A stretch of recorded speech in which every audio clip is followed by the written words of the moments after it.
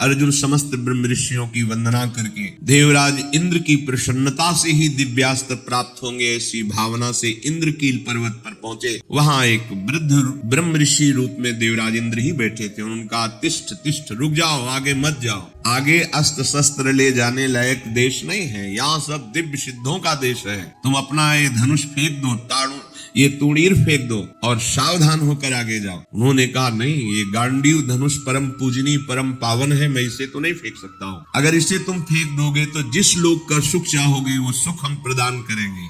नहीं, मुझे कोई लोक का सुख नहीं चाहिए, मैं जिस हेतु से जा रहा हूँ उसमें इस अस्त्र की आवश्यकता है। यहाँ एक संकेत मिलता है कि अगर आपने लक्ष्य बना लिया है उच्च कोटि का, भगवत प्राप्ति, भजन करना, धर्म से चलना, सत्य से चलना, तो आपकी परीक्षा होगी। उस मार्ग से हटाने के लिए प्रलोभन आएगा। आपको उस प्रलोभन में अपनी निष्ठा को नहीं छोड़ना है।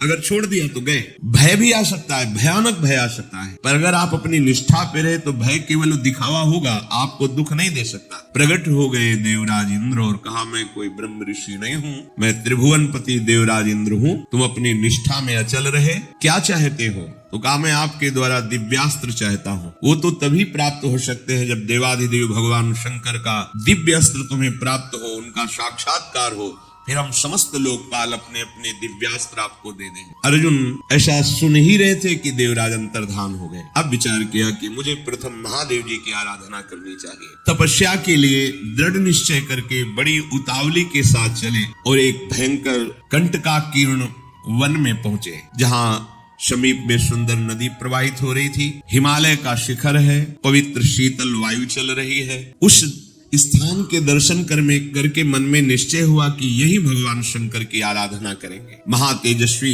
दृढ़ संकल्प वाले अर्जुन ने उस प्रदेश में तपस्या में संलग्न होने के लिए स्थान चयन किया और कुशा की लंगोटी लगाई। कुशा बहुत दुखद होता है, छू जाए तो त्वचा को चीर दे। लंगोटी लगाई और एक दंड समीप में रख लिया और अपने गांडीव धनुष और तूणीर को वृक्ष की डाल पे से टांग दिया और हाथ जोड़कर भगवान शंकर की स्तुति करके निरंतर भजन में लग गए। 1 मास तक 3 दिन 3 रात कुछ नहीं खाना, उसके बाद सूखा पत्ता लेकर के पाना। दूसरा मास 6 रात के बाद कोई फल ले लेना। तीसरा महीना 15 दिन 15 रात व्यतीत होने के बाद एक बार कुछ फल ले लेना। चौथे महीने में केवल जल पीकर रहना, फिर जल भी छोड़कर केवल वायु श्वास, बस निरंतर महादेव जी के चिंतन में निमग्न। दोनों भुजाएं उठाए हुए, कोई सहारा नहीं, पैर के अंगूठे के अग्रभाग पर खड़े होकर भगवान शिव के मंत्र का जप करते हुए आकाश की तरफ दृष्टि रखे हुए एकाग्र चित्त से उपासना कर रहे।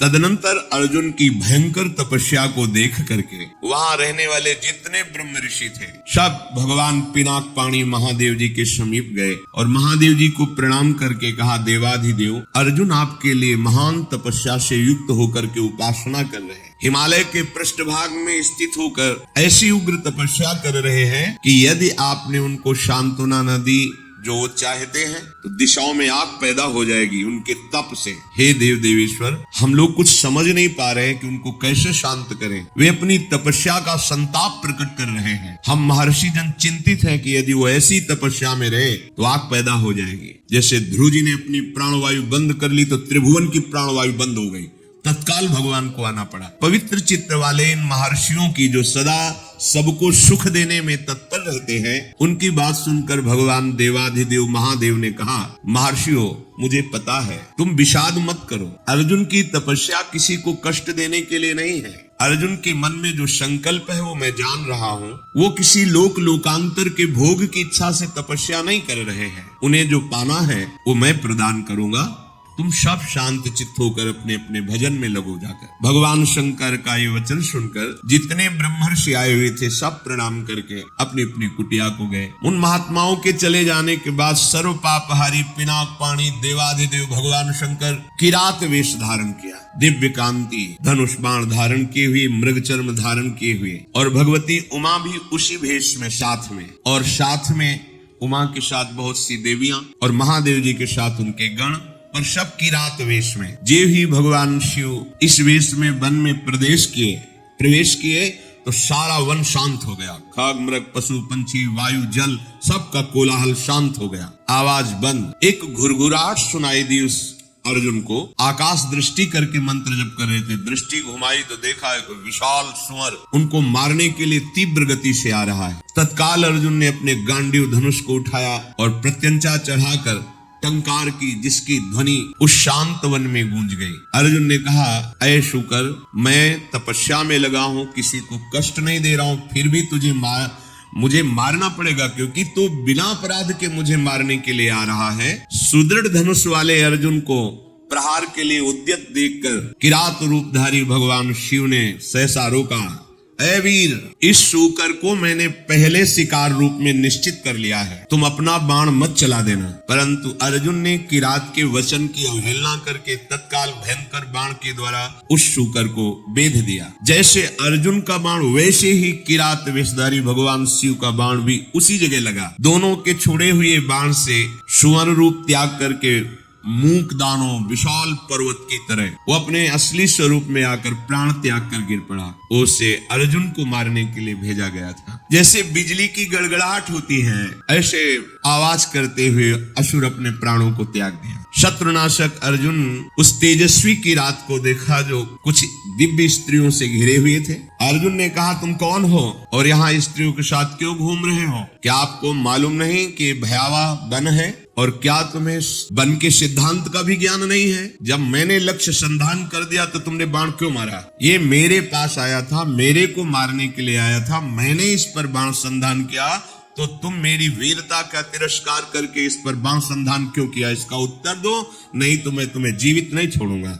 अर्जुन ने ऐसा किरात से कहा। ये मृगया का धर्म नहीं है जैसा आपने किया है। तुम पर्वत निवासी हो, उत्तर दो, नहीं तुम्हें जीवन से वंचित कर देता हूं अभी। अर्जुन के इस प्रकार कहने पर किरात भगवान जोर जोर से हंसने लगे और कहा, बहुत वीरतापूर्व तुम वाणी भी बोलते हो और वीर भी हो, पर मुझे वन में इसलिए कोई भय नहीं लगता कि यही मेरा घर है। वनवासी हूँ, किरात हूँ, किंतु जब मैंने कह दिया था कि तुम बाण मत चलाना, ये मेरा लक्ष्य है, तो तुम्हारा साहस कैसे इतना हो गया कि मुझ वनवासी की आज्ञा का उल्लंघन करके तुमने बाण संधान कर दिया? तुमने दुष्कर कर्म किया, ये मुझे पसंद नहीं आया। और तुम जो कहते हो कि मुझे जीवन से हाथ धोना पड़ेगा, तो पहले बल का निर्णय कर लेना चाहिए, फिर बाद में निश्चय होना चाहिए। तुमने हमारे बल का निर्णय तो किया नहीं। क्या तुम जानते हो हम में कितना बल है? किरात वेशधारी भगवान ने कहा। अर्जुन ने कहा, तुम्हारे जानने की हमें कोई आवश्यकता नहीं है, मुझे तुम जान लो। मेरा नाम अर्जुन है, मैं गांडीव धनुष को धारण करता हूँ, और जब गांडीव मेरे हाथ में हो तो त्रिभुवन में कोई ऐसा नहीं जो मुझे परास्त कर सके। ये हिंसक रूप धारण करके दैत्य मुझे मारने आया था, मैंने इसे मार गिराया, अपराध आपका है। आपने मेरे लक्ष्य पर बाण क्यों मारा? किरात वेशधारी भगवान बोले, मैंने पहले रोका था और बाण संधान करके मैंने मारा है, और तुम मेरे सामने वीरता की बात कर रहे, इसलिए लगता है कि मुझे तुम्हें दंड देना पड़ेगा। अर्जुन ने कहा, ऐसा कौन है त्रिभुवन में जो मुझे दंड दे? हमें लगता है कि तुम्हें प्राणों से कोई प्यार नहीं है, तुम्हें प्राणों से हाथ धोना पड़ेगा। भगवान ने कहा, तुम्हें बल का घमंड है क्या? तुम दूसरों को निर्बल समझते हो क्या? हमें लगता है तुम्हें शक्ति का और बल का गर्व है, तो धैर्य पूर्वक हमारे सामने तुम अपना बल प्रदर्शन करो, मैं खड़ा हूँ, पर जब मैं बाण छोड़ूंगा तो तुम खड़े नहीं रहोगे। किरात की ये बात सुनकर अर्जुन को बड़ा क्रोध है कि एक वनवासी किरात हमको ललकार रहा है। तत्काल भगवान शिव का ध्यान करके बाणों का संधान प्रारंभ किया। जितने भी बाण जा रहे हैं उस कोई घाव नहीं पैदा करे, सब लीन होते जा रहे हैं, और बार बार किरात कह रहे और संधान कर। अर्जुन को समझ में नहीं आ रहा कि आज तक तो ऐसा नहीं हुआ। बाण गया, अक्षय तूणीर है, बाण गया, लक्ष्य वेदा तूणीर पे आ गया है। ये तो लीलता जा रहा है, बाण जहां जाए वो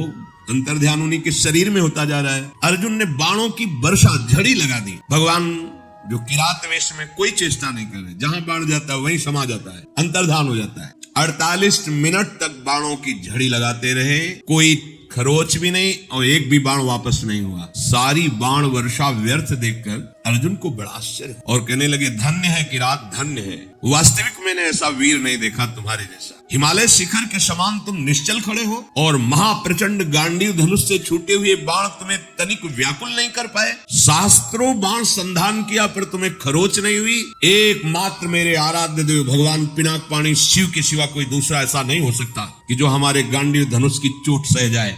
बाणों की। और यदि तुम रुद्रदेव से भिन्न हो तो अब मैं जितने मंत्र जानता हूँ, अस्त्र जानता हूँ, सबका प्रयोग करके तुम्हें नष्ट कर दूंगा। अर्जुन ने जैसे आग्नेय अस्त्र मिले हुए थे, उन सब अस्त्रों का प्रयोग भगवान शिव पे किया। सैकड़ों दिव्य अस्त्रों का प्रयोग किया, पर सब अंतर जा करके शांत हो जाते। भगवान किरात वेशधारी हंसते हुए बोले, और करो, और बाणों का संधान करो। अर्जुन ने देखा अब तोड़ीर में एक भी बाण नहीं रह गया। तो उन्होंने विचार किया कि भगवान अग्निदेव जी के द्वारा ये दिए हुए खांडोप्रस्थ जलाने के लिए तूणीर थे, इनका अक्षय शब्द नाम है, अर्थात कभी खाली ही नहीं होंगे।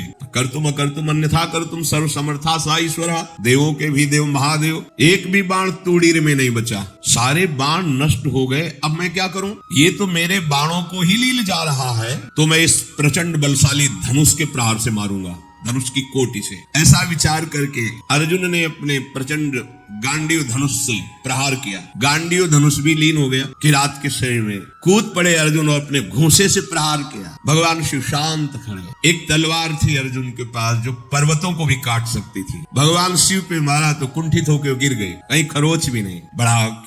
आखिरकार अब कैसे इन पर विजय प्राप्त करें? किरात रूपधारी जो भगवान थे, भगवान ने कहा भी वृक्ष है, शिला है, इनसे प्रहार करो। कुंती कुमार अपने बल से पर्वत की शिलाएं उठाकर प्रहार करते, कोई फर्क नहीं। अब भगवान शिव ने कहा हो गया, अब हम प्रहार करते, तुम सहो। दौड़ करके किरात ने अर्जुन को अपनी भुजाओं में फंसाया और मुष्टि प्रहार किया। बड़ा भयंकर शब्द हुआ, अर्जुन का अंग अंग टूटने लगा भगवान शिव के घूंसे के प्रहार से, मानो उनकी भुजाओं में मूर्छित हो रहे। देवादिदेव महादेव जी के अंगों से फिर भी प्रयास करके वो लड़ रहे हैं, एक एक अंग उनका टूट रहा है। वो मन में विचार करें, आज तक ऐसा वीर हमने नहीं देखा जो मुझे थकित कर दे। युद्ध में अर्जुन कभी श्रम को प्राप्त नहीं होते कि अब मैं थक गया हूं, ऐसा कभी नहीं। भगवान शंकर भुजाओं से भली भांति, कितना सौभाग्य, नियंत्रित किए हुए है।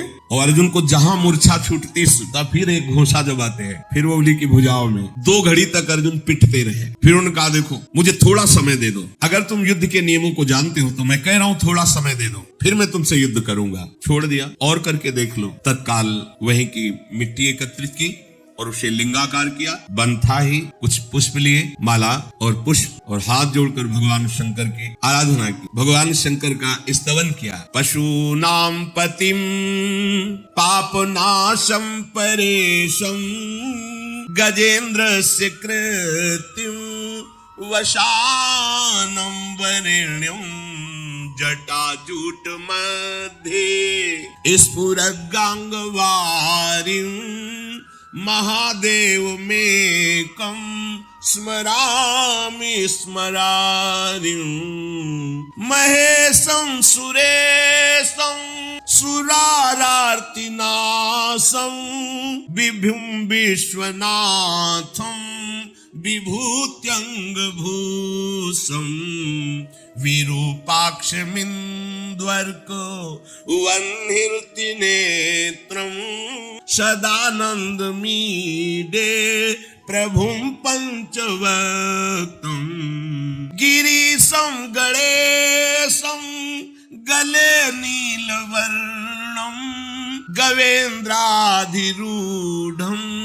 गणातीतरूपं भवं भास्वरं भस्मनाभूषितांगं भवानी कलत्रं भजे पंचवक्त्रं शिवाकांत शंभो शशांकार्धमौले महेशान शूलिन् जटाजूटधारिन् त्वमेको जगत् व्यापको विश्वरूप प्रसीद प्रसीद प्रभो पूर्ण रूप। भगवान शिव का स्तवन करके जे ही माला शिवलिंग पे डारी, ते ही किरात पर वो माला पहुंची, मस्तक में किरात के।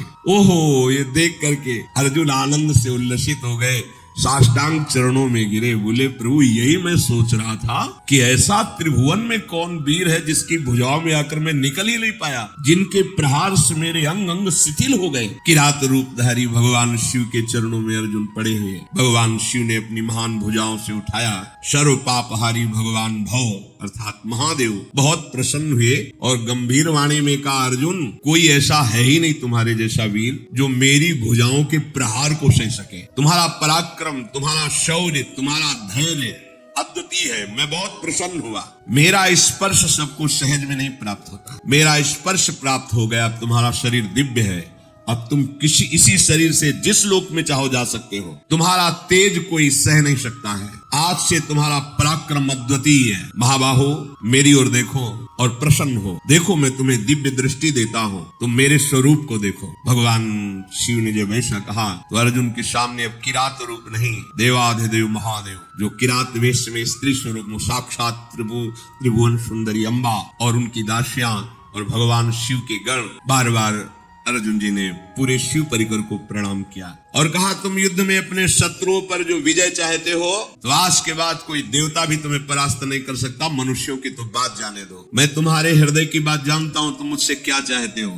लो विश्व विनाशक पाशुपतास्त्र मैं तुम्हें प्रदान करता हूं। ये वो अस्त्र है जिसको कोई भी अस्त्र कुंठित नहीं कर सकता और एक क्षण में पूरे त्रिभुवन को भस्म करने की सामर्थ्य मेरे इस अस्त्र में है, पाशुपतास्त्र। तदनंतर शूलपाणी भगवान महादेव जी और भगवती पार्वती जी के दर्शन करके अर्जुन को बड़ा आनंद प्राप्त हुआ। साष्टांग पृथ्वी पर लेटकर प्रणाम किया। अर्जुन बोले, हे जटाजूटधारी सर्वदेवेश्वर देवाधिदेव महादेव, भग देवता के नेत्रों का विनाश करने वाले नीलकंठ, आपके मस्तक पर जगत पावन करने वाली गंगा जी विराजमान है। प्रभु समस्त कारणों के परम श्रेष्ठ कारण आप हैं। मैं बहुत लज्जित हो रहा हूँ। अपने स्वामी से युद्ध किया, अपने आराध्य देव से युद्ध किया, आप पर बाण संधान किया, कटवचन बोले, धनुष से प्रहार किया और भी नाथ मेरे अपराध को क्षमा कीजिए। मैं बहुत अंदर लज्जा से युक्त हो गया हूँ। मैं आपके ही दर्शन की इच्छा लेकर इस महान तप से युक्त हुआ था। हे देव देवेश्वर, संपूर्ण जगत आपकी वंदना करता है और मैंने आप पर प्रहार किया, फिर भी आप प्रसन्न हैं। नाथ मुझे बहुत अंदर से लज्जा आ रही है। मैंने जो आपके सामने साहस दिखाया ये मेरा अपराध है। प्रभु अनजाने में मेरे से अपराध बन गया। हे शंकर, मैं आपकी शरण में हूँ, मेरी धृष्टता को क्षमा कर दीजिए। महातेजस्वी भगवान वृषभध्वज ने अर्जुन का हाथ पकड़ा और हंसते हुए कहा, अपराध थोड़ी है, कोई मैं शिव रूप से तुम्हारे सामने थोड़ी था, मैं तो किरात रूप से था।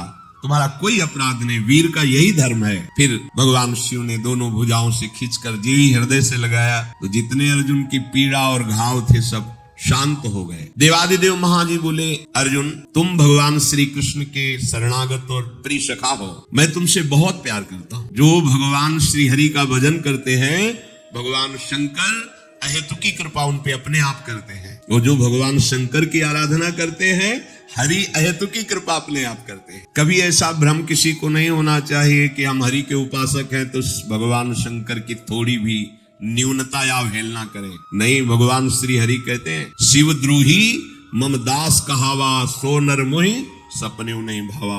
कभी ऐसी गलती नहीं।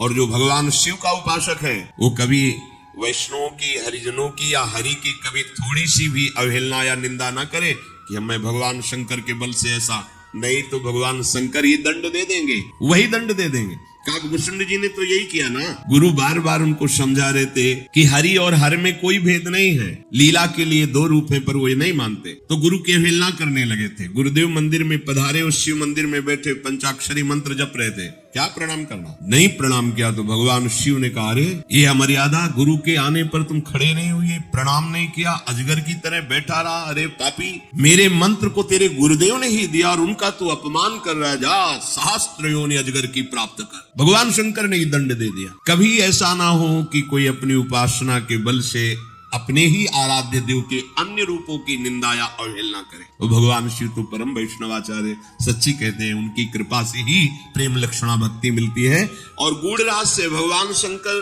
अहंकार के अधिष्ठात्र देवता हैं और हमारे श्री हरि को अहंकार पसंद नहीं, तो अहंकार का अपहरण भगवान शिव ही करते, तभी दैन्यता आती है। भगवान शंकर ने कहा कि ये लो गांडीव और ये लो अक्षय तोड़े, ये तुम्हारे योग्य है। कुंती कुमार, तुम्हारे शरीर में जो चोट पहुंची है, अब तुम कभी ऐसी चोट से व्यथित नहीं होगे। मैंने चोट पहुंचाई, अब कोई इससे भी भारी चोट पहुंचावे तो तुम्हें कभी व्यथा नहीं होगी। भगवान चोट पहुंचाते हैं मजबूत करने के लिए। जैसे कुमार है ना, नीचे हाथ लगा के मटकी को थाप से पीटता है, हाँ, अपना रंग देता है और मजबूत करता है। ऐसी भगवान का जो दास है, भगवान उसको इतना मजबूत कर देते कि माया एक साथ मिलकर प्रहार करे, काम क्रोध लोभ मोह मद मत्सर, फिर भी कोई फर्क नहीं पड़ता। वो हरिदास है, वो हरिजन है। पार्थ तुम्हारा पराक्रम यथार्थ है, इसलिए मैं तुम पर बहुत प्रसन्न हुआ।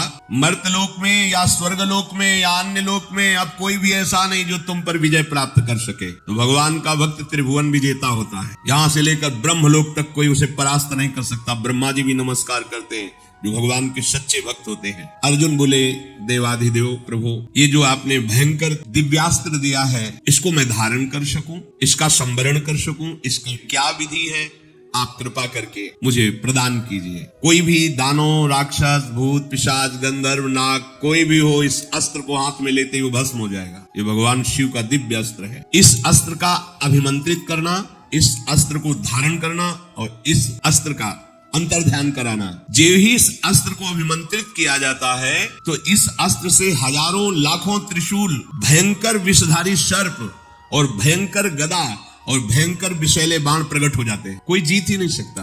ये भगवान शिव का अस्त्र है। भीष्म, कर्ण, कृपाचार्य, कटुभाषण करने वाला कर्ण, ये सब क्या है इस अस्त्र के सामने। भगवान पशुपति महादेव जी ने पांडव कुमार अर्जुन को धारण करना, प्रयोग करना, उपसंहार करना, ये विधि बताई। भगवान शिव ने कहा, इस मेरे अस्त्र को धारण करना, प्रयोग करना, उपसंहार करना न देवराज इंद्र जानते हैं, न यमराज जानते हैं, न कुबेर जानते हैं, न वरुण जानते हैं, न वायु देवता जानते हैं। फिर साधारण मानव की तो बात ही क्या है। हे कुंती कुमार, पर तुमको मैं सावधान करता हूं, किसी मर्द पुरुष पर इसका प्रयोग मत करना। यदि किसी अल्प शक्ति वाले योद्धा पर इसका प्रयोग कर दिया जाए तो त्रिभुवन का नाश कर देगा। चराचर प्राणियों सहित समस्त त्रिलोकी को भस्म करना इसके लिए साधारण बात है। इस अस्त्र के लिए कोई भी त्रिभुवन में ऐसा नहीं इस अस्त्र के द्वारा मारा ना जा सके। इसका प्रयोग करने वाला पुरुष केवल इसका चिंतन करके मानसिक संकल्प करे तो सामने वाला नष्ट हो जाएगा, या दृष्टि डाल दे तो भस्म हो जाएगा, या वाणी द्वारा बोल दे तो नष्ट हो जाएगा, और कहीं धनुष पर चढ़ा के संधान कर दे तो जो संकल्प करेगा वैसा ही हो जाएगा। अर्जुन बड़े आनंदित थे,